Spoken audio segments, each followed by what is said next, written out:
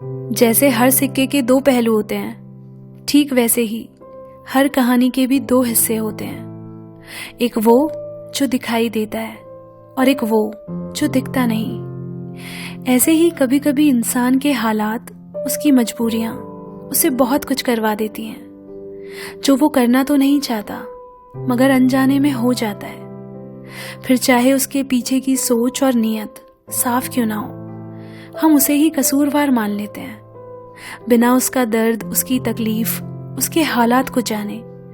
बस हम खुद ही को ही सही समझ लेते हैं, ये सोचे बगैर कि जिसे हम गलत समझ रहे हैं क्या वाकई में वो शख्स ऐसा है भी या नहीं।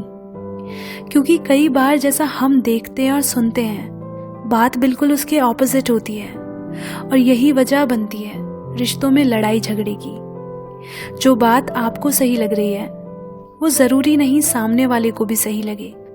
हर किसी के सोच और नज़रिए में फ़र्क होता है। जब आपके पास अपनी बात कहने को है तो दूसरे के पास भी अपनी बातें हैं। इसीलिए केवल आपके सही होने से सामने वाला गलत नहीं होता। हाँ, उनका तरीका शायद गलत हो सकता है, आप उनकी बातों से, बिहेवियर से हर्ट भी होते हैं, मगर उनके अंदर क्या चल रहा है और ऐसा करने के पीछे उसकी वजह क्या है, ये जाने बिना यूं किसी के लिए राय मत बनाओ कि वो गलत है।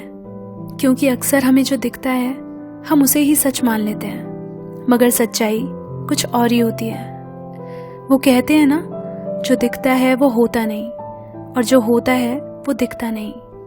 इसीलिए किसी बात के लिए जिन्हें आप रिस्पॉन्सिबल मान रहे हो उनका डिस्कस होना बहुत ज़रूरी है, क्योंकि तभी आप कहानी को पूरी तरह जान सकते हो। So before proving others wrong, make sure you know more so that you judge no more.